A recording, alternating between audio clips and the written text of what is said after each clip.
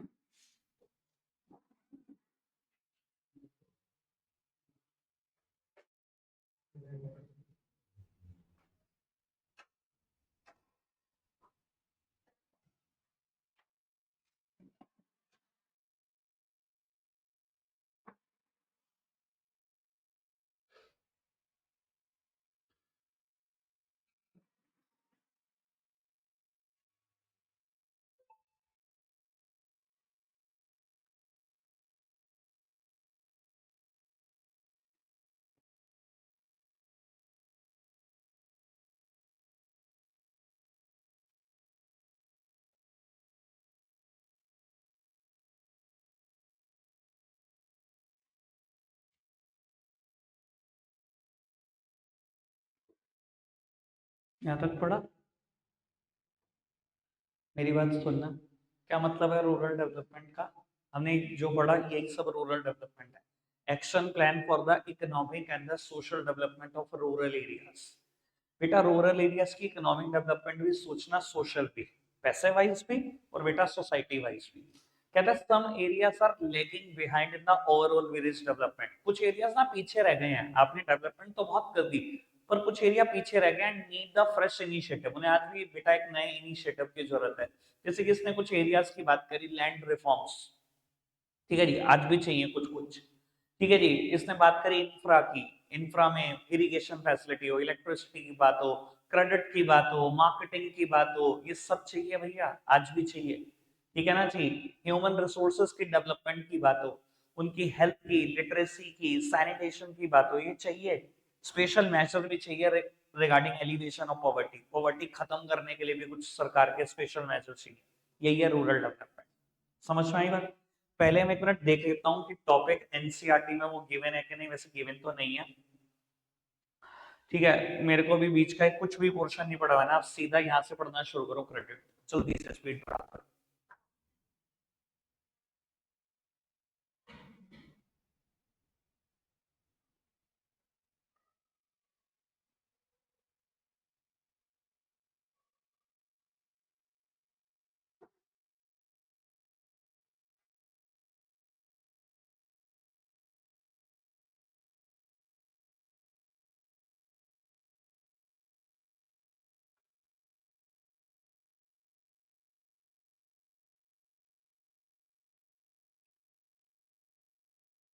ठीक है, आगे बच्चे।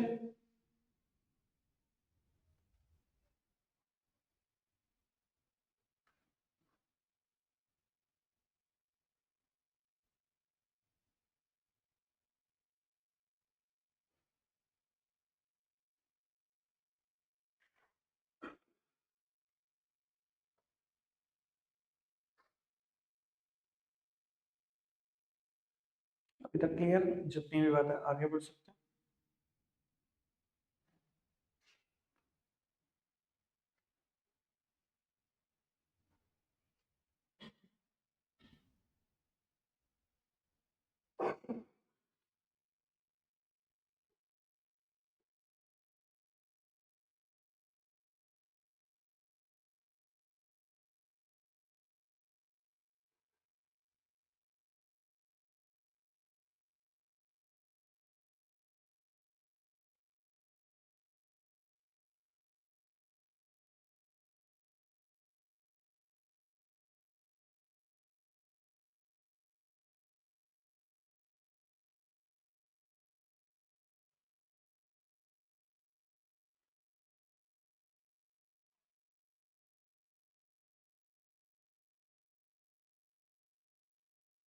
ठीक, यहाँ तक डन है। आगे बढ़ सकते हैं। चलो जी।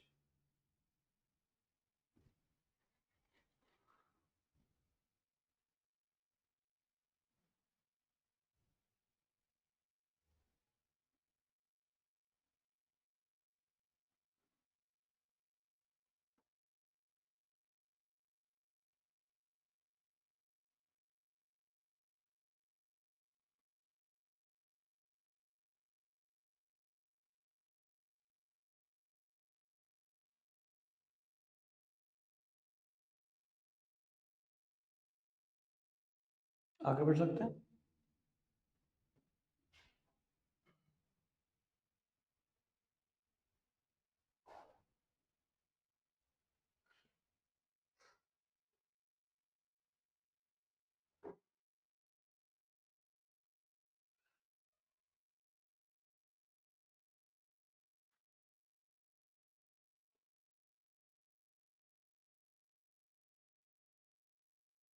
यहाँ तक डन करके रखना।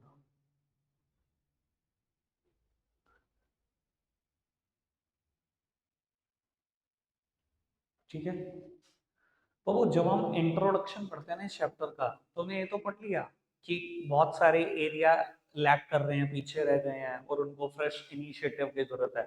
इन्होंने लैंड रिफॉर्म का भी नाम लिया, डेवलपमेंट ऑफ ह्यूमन रिसोर्सेज का भी नाम लिया, चाहे वो सैनिटेशन फैसिलिटी हो, लिटरेसी हो, हेल्थ हो, सबका नाम लिया। ठीक है, पर बेटा आपको बता देता हूँ, पूरा चैप्टर दो ही टॉपिक के इर्द गिर्द घूम रहा है। पूरा टॉपिक, पूरा का पूरा चैप्टर, एक रूरल क्रेडिट और एक रूरल मार्केटिंग। ठीक है जी, ये दो समस्याएं इंडिया में विलेजेस में सबसे ज्यादा पॉपुलर है।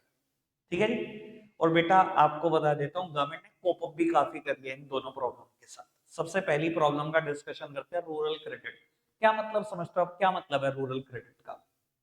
Rural credit simply means credit for farming, और कोई मतलब नहीं है रूरल एरिया में उधार का, एक ही मतलब है, क्रेडिट फॉर फार्मिंग। ठीक है ना जी? और फार्मिंग के लिए क्रेडिट क्यों चाहिए? Because there is a long gestation period between the sowing and the harvesting.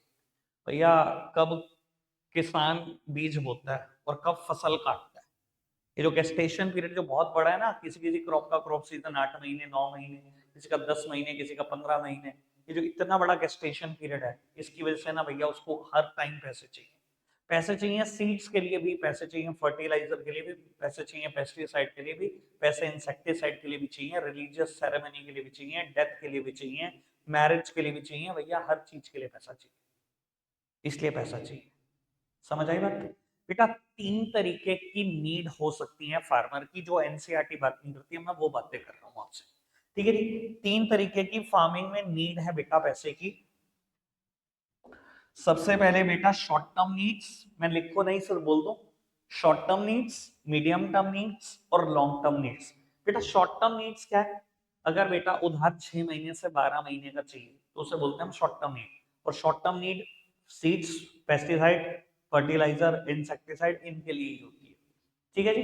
बाबू, अगर मैं आगे बढ़ाऊं बात को, मीडियम टर्म नीड्स, अगर 1 साल से 5 साल के लिए उधार चाहिए तो वो मीडियम टर्म नीड है। मीडियम टर्म नीड क्यों है, क्यों चाहिए उधार 1 साल से 5 साल के लिए? क्योंकि भारी सामान, महंगा सामान खरीद रहे हो, परचेज ऑफ मशीनरी, कोई ट्रैक्टर खरीदना है, थ्रेशर खरीदना है, भैया कई लाखों का आएगा, 6 महीने में नहीं उतार पाओगे उसका, उसके लिए आपको कुछ साल चाहिए।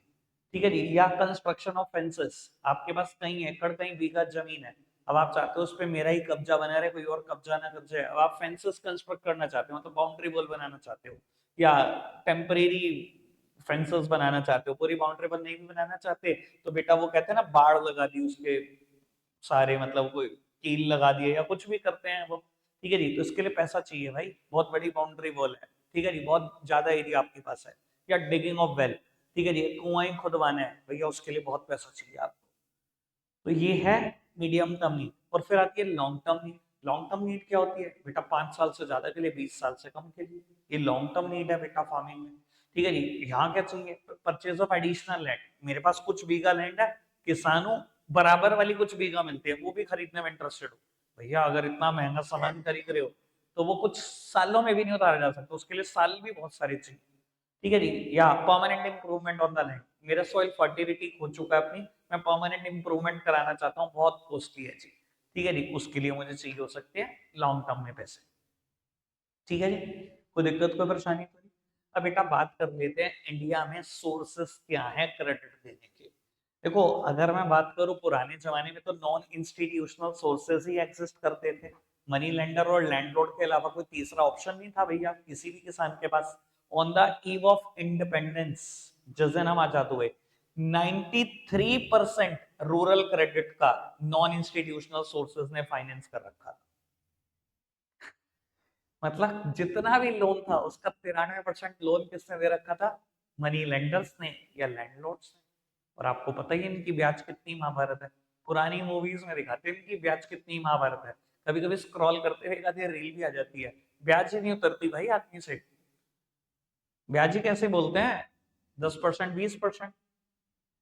ठीक है जी। अच्छा जी, रामू उधार लेने गया लैंडलॉर्ड पे। ठीक है जी, रामू ने पूछा जी मेरे को उधार चाहिए 2,000 रुपए का। 2,000 रुपए का, तेरे को तो पता ही है हमारी ब्याज कितनी है, 10% की ब्याज है। ठीक है जी, ये पकड़। उसने कहा जी ये तो 1800 है। उसने कहा तेरे को ये भी तो पता है हम ब्याज काट के ही पैसे देते हैं, 10% ब्याज पहले ही काट ली, देने थे 2,000। 10% ब्याज कितनी बैठी, 200, वो भी काट के देते थे। इतने खिलाड़ी थे पुराने जमाने के लैंडलॉर्ड्स, मनी लैंडर्स। तो भैया उनके तो पैसे 10 महीनों में डबल हो जाते थे, 10% महीने की ब्याज, इतनी तो बैंक साल की नहीं लेता। परेशानी थी, मानते हो परेशानी थी। सरकार ने कहा इस परेशानी से लड़ेंगे, रूरल क्रेडिट ये जो परेशानी है इससे लड़ेंगे।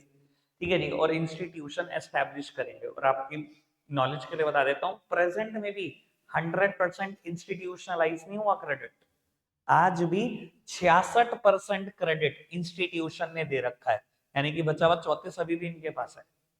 ठीक है जी, लेकिन हाँ, अगर आप इंडिपेंडेंस के डेटा से कंपेयर करोगे तो कहाँ 7% शेयर था इंस्टीट्यूशनल क्रेडिट का, कहाँ बढ़कर 66% हो गया। उस लिहाज से तो अच्छा है। ठीक है जी।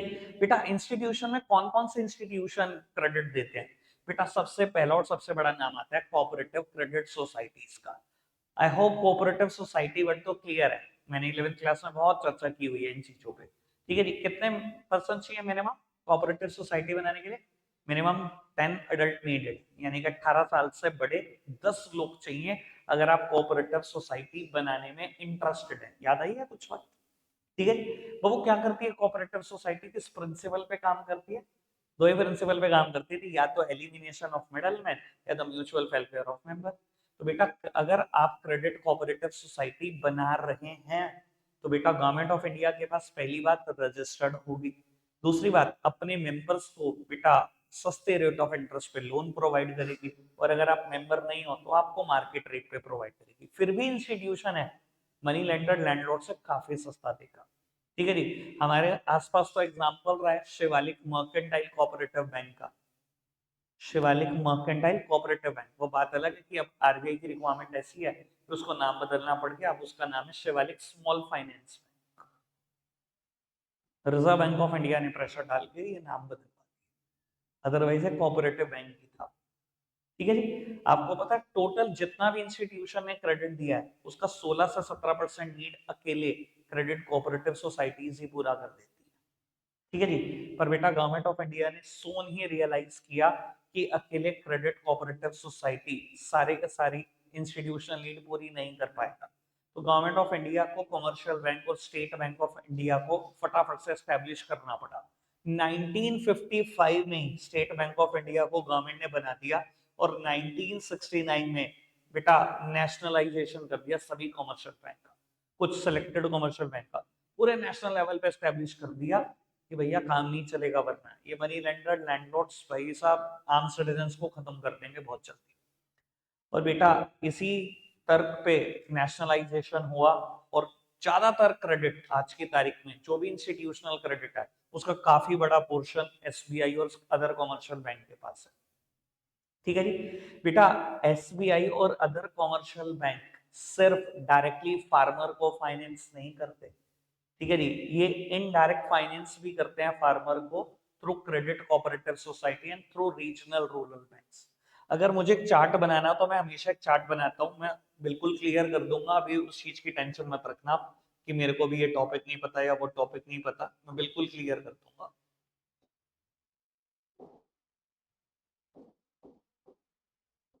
मैं शॉर्टकट में लिख रहा हूँ, अभी सबको मतलब पता लग जाएगा इस चीज का।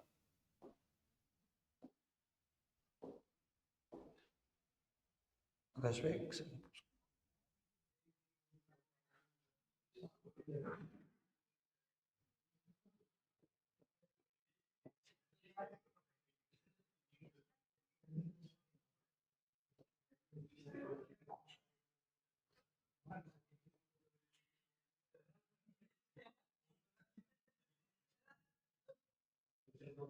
चलो चलो, वो सामने देखना। अभी मैं सबके बारे में बता दूंगा। अभी मैंने जिन दो के बारे में बात करी है, पहले उन्हीं दो तक अपनी चर्चा को सीमित करते हैं। क्रेडिट कोऑपरेटिव सोसाइटीज चाहे तो बेटा डायरेक्टली फार्मर को फाइनेंस कर सकती हैं, पर बेटा अगर इनको भी लोन की जरूरत पड़े तो बेटा commercial bank credit cooperative societies को लोन देता है ताकि ये फार्मर को फाइनेंस कर पाए, और कमर्शियल बैंक फार्मर को डायरेक्टली भी लोन देते हैं। ठीक है जी। अब बेटा मुद्दा उठता है, ये क्या है? RRBs, regional rural bank. जैसा कि नाम सजेस्ट कर रहे हैं, रीजनल रूरल बैंक, बेटा ये डिस्ट्रिक्ट वाइज ऑपरेट करते हैं और हर डिस्ट्रिक्ट छोड़कर इनका नाम बदल जाता है। ठीक है जी। अल्टीमेटली रीजनल रूरल बैंक को भी फाइनेंस करने वाली कोई ना कोई बॉडी होती है। Generally it is the commercial bank जो रीजनल रूरल बैंक को फाइनेंस करता है। मैं अभी आपको कुछ बातें बताता हूँ क्या जरूरत है इसकी। मैं कहूँ बेटा, अगर किसी गांव किसी विलेज की पॉपुलेशन सिर्फ 1000 लोग है, क्या वहां पर एक फुल फ्लैच अगर आप कमर्शियल बैंक एस्टेब्लिश करोगे तो फिजिबिलिटी निकलेगी? कुछ कमा पाओगे वहां से? आपको लगता है? एक कमर्शियल बैंक का खर्चा समझते हो? फुल फ्लैच कमर्शियल बैंक का खर्चा भैया 3 से 4 लाख रुपए महीने का रेंट। ठीक है जी। 10 से 15 लोग काम कर रहे हैं। Average salary 60,000 50,000। 10 से 12 लाख रुपए का खर्चा। 1,000 रुपए, 1,000 पॉपुलेशन से निकाल नहीं पाओगे, लिख के ले लो। तो वहां पर कोई भी कमर्शियल बैंक अपनी फुल फ्लैश ब्रांच एस्टैब्लिश कर ही नहीं सकता जिस गांव में पॉपुलेशन कम है। तो करना क्या पड़ता है बेटा? करना ये पड़ता है कि आप रीजनल रूरल बैंक एस्टैब्लिश करते हो। रीजनल रूरल बैंक एस्टैब्लिश करने से क्या होता है? सिर्फ एक या दो लोग ब्रांच चला रहे होते हैं। बहुत छोटी सी ब्रांच होती है, जगह भी इतनी छोटी लेते हैं कि किराया 10-20 हजार रुपए महीने से ज्यादा। ठीक है जी। अल्टीमेटली काम क्या है? लोन देना एग्रीकल्चरिस्ट को, फार्मर्स को। सिर्फ इतना सा काम, छोटी सी ब्रांच है। समझ में आया बात? कैसे पता लगेगा कि कोई रीजनल रूरल बैंक है? बेटा ज्यादातर केस में अगर किसी बैंक के सामने ग्रामीण बैंक लिखा होता है ना, तो वो पहचान होती है कि ये रूरल बैंक है, रीजनल रूरल बैंक है। ठीक है जी। हमारे आसपास भी है, सहारनपुर डिस्ट्रिक्ट में जो ग्रामीण बैंक काम करता है, रीजनल रूरल बैंक काम करता है, शायद गागा रेडी में है। अभी अगर आप गूगल मैप्स पे डालो तो नाम है यूपी सर्व ग्रामीण बैंक। आपको दिखा देगा 8-9 किलोमीटर, इतना ही दिखाएगा। यूपी सर्व ग्रामीण बैंक इस नाम से है। क्लियर है जी? रीजनल रूरल बैंक है। ठीक है जी। और बेटा इन सब के ऊपर बैठी हुई एक बॉडी है जिसके बारे में भी आपने पढ़ा भी। उस बॉडी का नाम है बेटा नाबार्ड। पढ़ा आपने? तो वो क्या है NABARD? N A stand for national, NA stands for national bank for agriculture and rural development. बाबू नेशनल बैंक है for agriculture and rural development. इससे बड़ा तो कोई हिंट ही नहीं हो सकता कि किसके लिए काम करता है। रूरल डेवलपमेंट के लिए और बेटा एग्रीकल्चर के लिए। नाम में इसके तो सब कुछ है, पर बेटा ये नेशनल बैंक है। ये पब्लिक डीलिंग नहीं करता। मैंने कहीं लिखा कि ये फार्मर को लोन देता है? ये उन इंस्टीट्यूशन को लोन देता है जो रूरल एरिया की डेवलपमेंट के लिए काम करते हैं, फार्मर के लिए काम करते हैं। इसकी इंपॉर्टेंस आप इस बात से समझ सकते हो कि ये लगभग आरबीआई है। अगर मैं गांव की बात करूं तो गांव के हिसाब से सोचोगे तो लगभग आरबीआई है। पब्लिक डीलिंग नहीं करेगा, लेकिन उन इंस्टीट्यूशन को लोन जरूर दे देगा जो रूरल डेवलपमेंट के लिए काम कर रहे हैं। ठीक है जी। नाबार्ड की एस्टेब्लिशमेंट कब हुई? 1982। स्टार्ट आया भी था, आपने पढ़ा भी होगा पेपर में कई बार बेटा। नाबार्ड के फंक्शन आ जाते हैं। ठीक है जी। मैं फंक्शन कोशिश करूंगा आपको यही याद हो जाए। बेटा पहला function, it is a apex funding agency for the institution who provide finance in the rural areas. Apex funding agency का तो मतलब समझते होंगे। एपेक्स मींस जिसके जैसी दूसरी कोई नहीं है। तो नाबार्ड एक एपेक्स फंडिंग एजेंसी है। ये उन इंस्टीट्यूशन को फाइनेंस करती है who finance in the rural areas. ठीक है जी। समझ में आई बात? ये तो पता ही लग रहा है आपको किन इंस्टीट्यूशन को फाइनेंस कर रही है। क्लियर? दूसरी बात, it maintain liaisoning with the central government, with the state government, with the RBI regarding the policy formulation. बेटा लाइसनिंग मेंटेन करती है। लाइसनिंग मेंटेन करने का मतलब है रिलेशन मेंटेन करना। सेंट्रल गवर्नमेंट के साथ भी बैठती है, स्टेट गवर्नमेंट के साथ भी बैठती है, आरबीआई के साथ भी नाबार्ड बैठता है रिगार्डिंग द पॉलिसी फॉर्मुलेशन।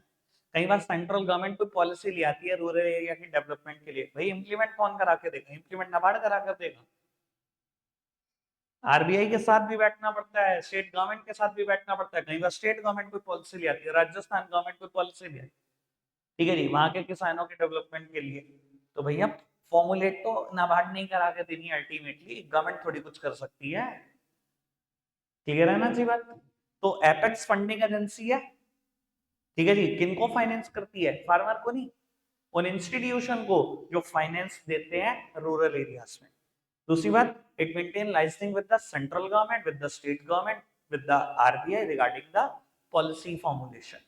तीसरी बात, बेटा नाबार्ड रेगुलरली काम कर रहा है कि वो इंप्रूव कर पाए क्रेडिट डिलीवरी सिस्टम को। अब देखते हो ना, जिसको लोन चाहिए इंडिया में उसी को ही नहीं मिल रहा होता बस। अमीर जिनको लोन नहीं चाहिए बैंक में जाते हैं, बैंक मैनेजर बुला बुला के, सर ये लोन ले लो, ये स्कीम आई है, सर ये लोन ले लो, स्कीम आई है। जिनको चाहिए उन्हीं को ही नहीं मिल रहा बस। तो नाबार्ड ऐसी कोशिशें करता रहता है कि हम क्रेडिट डिलीवरी सिस्टम को इंप्रूव कर पाए, जिसके लोन की सच में जरूरत है उस तक लोन पहुंचे भी, ऐसे ही दुनिया मजे ना ले जाए। क्लियर है जी बात?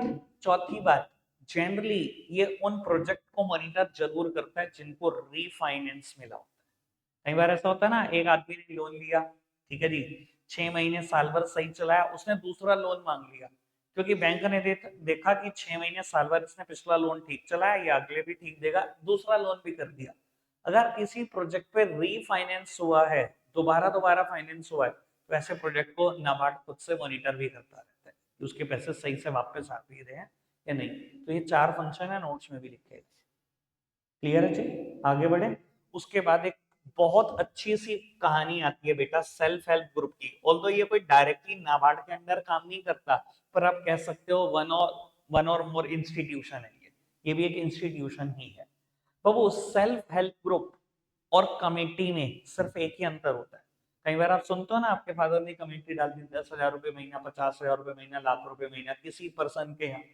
बस सेल्फ हेल्प ग्रुप और कमेटी में ना एक ही अंतर होता है बेटा, कि self help group government of India के पास रजिस्टर्ड होते हैं और कमेटियां रजिस्टर्ड नहीं होती। कई बार ऐसा भी सुना होगा फिर आपने कि कमेटी डाली हुई थी, इस आदमी के पास भाग गया आदमी, ट्रेस नहीं हो पा रहा, कुछ नहीं कर पाओगे आप ऐसे केसेस में, 1 रुपया रिकवर नहीं होगा। ये भी पता है ना, क्योंकि वो रजिस्टर्ड ही नहीं है, उसका कोई प्रूफ ही नहीं है, और पैसे भी कैश देते थे आप। ठीक है ना जी? समझ में आती है बात? Self help group government of India के पास रजिस्टर्ड होते हैं। इसकी अगर आप लैंग्वेज पढ़ोगे तो लैंग्वेज ये थी कि हर महीने हर पर्सन जो भी सेल्फ हेल्प ग्रुप का मेंबर होगा वो पैसे लाएगा, रिसोर्सेस पूल करेंगे, और उसके बाद जिसको जरूरत होगी उसको दे देंगे। और कमेटी में क्या होता है? यही तो होता है, पैसे पूल करते हैं, सारे डालते हैं 50-50 हजार रुपए। ठीक है जी, 12 मेंबर है, 6 लाख रुपए डाले। अब बोली लगेगी, जो ज्यादा बोली लगाएगा, ज्यादा घाटा करने को तैयार होगा, उसको मिल जाएंगे। यही तो होता है भैया कमेटी में भी, रिसोर्सेज तो पूल होते हैं, जिसको जरूरत होती है वो ले जाता है, और कहते हैं सस्ते रेट ऑफ इंटरेस्ट पे ले जाता है। भैया अगर आप इनडायरेक्टली देखो, कमेटी में जो आप घाटा दे रहे हो, खा रहे हो, वही तो ब्याज है। तो ब्याज तो होती है कमेटी में भी। क्लियर है ना जी बात? कोई दिक्कत कोई परेशानी तो नहीं? समझ आई अभी तक सारी बात? इसके अलावा कुछ स्टैट आए थे बाय मई 2019, कितने सेल्फ हेल्प ग्रुप है इंडिया में और कितनी वुमेन मेंबर है? 54 लाख सेल्फ हेल्प ग्रुप है, 6 करोड़ वुमेन मेंबर है, और गवर्नमेंट भी सपोर्ट करती है। 10 से 15 हजार का एक लोन दे देती है सरकार पर सेल्फ हेल्प ग्रुप, और बेटा 2.5 लाख रुपए का एक दे देती है ऐसा CISF। ठीक है जी, इसको हम माइक्रो क्रेडिट प्रोग्राम भी बोलते हैं, पढ़ा होगा आपने ये बात तो अच्छे से। ठीक है जी, और ये पेपर में आने लायक बातें हैं जितनी भी मैंने बोली है अभी तक। ठीक है जी, इतनी बात, कोई दिक्कत कोई परेशानी नहीं? आगे बढ़ सकते हैं? ठीक है जी, मुझे बस थोड़ी सी बात और करनी है मेरे टारगेट के हिसाब से। पढ़ते हैं आगे।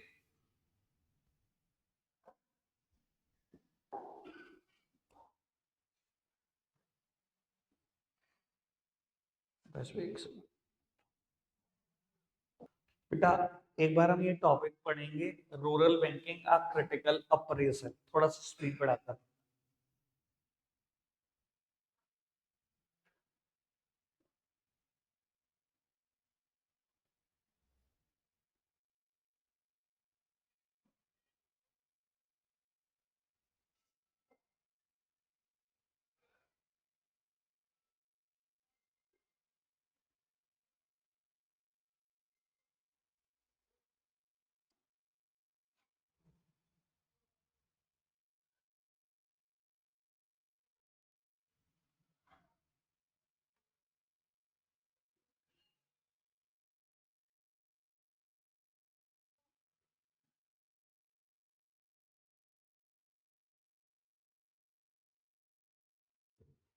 सिर्फ इस पैरा तक पढ़ के रुक जाओ। पढ़ा आपने? तो हम बात कर रहे हैं rural banking a critical appraisal. अगर भाई यहाँ पूरी इवैल्यूएशन रिपोर्ट निकाले ना, तो रूरल बैंकिंग में आज भी दो परेशानियां है। लोन लेना है तो बेटा कोलेट्रल चाहिए, और आपको पता है bulk of the farmer small है या मार्जिनल है, तो बाबू उनके पास तो कोलेट्रल होती नहीं, तो अल्टीमेटली उनको लोन मिलता ही नहीं। सबसे पहली बड़ी परेशानी। दूसरी बड़ी परेशानी, अगर जिन फार्मर को लोन मिल भी रहा है, सरकार कभी सख्ताई से लोन निकाल नहीं पाती उनसे। लोन रिकवरी रेट बहुत कम है फार्मर से। और आपको पता है अगर सरकार थोड़ा सा प्रेशर डालती है तो सुसाइड शुरू हो जाते हैं बेटा, सरकार फिर बैकफुट पे पहुंच जाती है। तो भैया एनपीए बहुत ज्यादा है फार्मिंग में, बहुत ज्यादा एनपीए। एनपीए बोलते हैं टेक्निकल भाषा में नॉन परफॉर्मिंग एसेट्स, जहां से लोन रिकवर नहीं होता। ये दो परेशानियां आज भी चल रही। क्लियर है जी? आगे बढ़ सकते हैं बेटा। रूरल क्रेडिट टॉपिक शुरू होके खत्म हो गया, ठीक है जी। अब मेरे को मार्केटिंग की बात, लेकिन मार्केटिंग की बस मैं शुरुआत करके जाऊंगा, यानी कि सिर्फ डेफिनेशन बोल जाऊंगा, बाकी सब छोड़ जाऊंगा। तो वो एक बार पढ़ना शुरू करना है यहाँ से।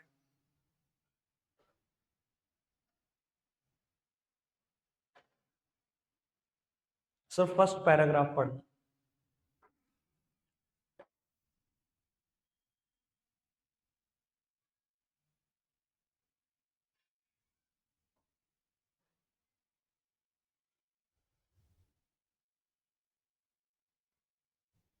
First paragraph done.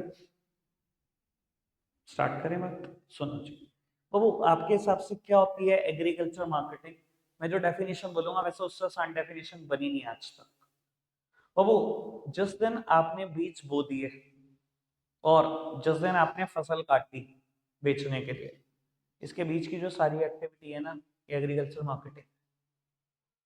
सिंपली बोलो तो एग्रीकल्चर मार्केटिंग इंक्लूड 6 एक्टिविटीज। सबसे पहली बात, इन्होंने तो बोली तो वही बातें हैं, पर उस सीक्वेंस में नहीं बोली जिसमें हम सुनना चाहते हैं। सबसे पहली बात, गैदरिंग द प्रोड्यूस। प्रोड्यूस हो गए, गैदर कर लो, gathering the produce. Then processing the produce. Processing मतलब बेटा स्ट्रॉ को अलग कर दो फ्रॉम द ग्रेन्स, मतलब भूसा अलग कर दो, ग्रेन्स अलग कर दो। Gathering the produce, then grading the produce, then क्या, असेंबलिंग तो गैदरिंग ही हो गया। Then grading the produce according to the quality. Grade कर लो, ठीक है जी, ये अच्छी फसल है तो अलग रेट पे बिकेगी, ये खराब है तो थोड़ी सी कम रेट पर बिकेगी। गैदर करा, देन क्या किया, प्रोसेसिंग की, देन ग्रेडिंग करी, then packaging the produce, then storing the produce, then selling the produce when the prices lucrative. ये 6 बातें हैं बेटा जो एग्रीकल्चर मार्केटिंग में आती है, और इसी सीक्वेंस में आती है। क्लियर है? रेस्ट चर्चा कल करेंगे, और आज के लिए इतना ही है प्यारे बच्चों। Bye bye.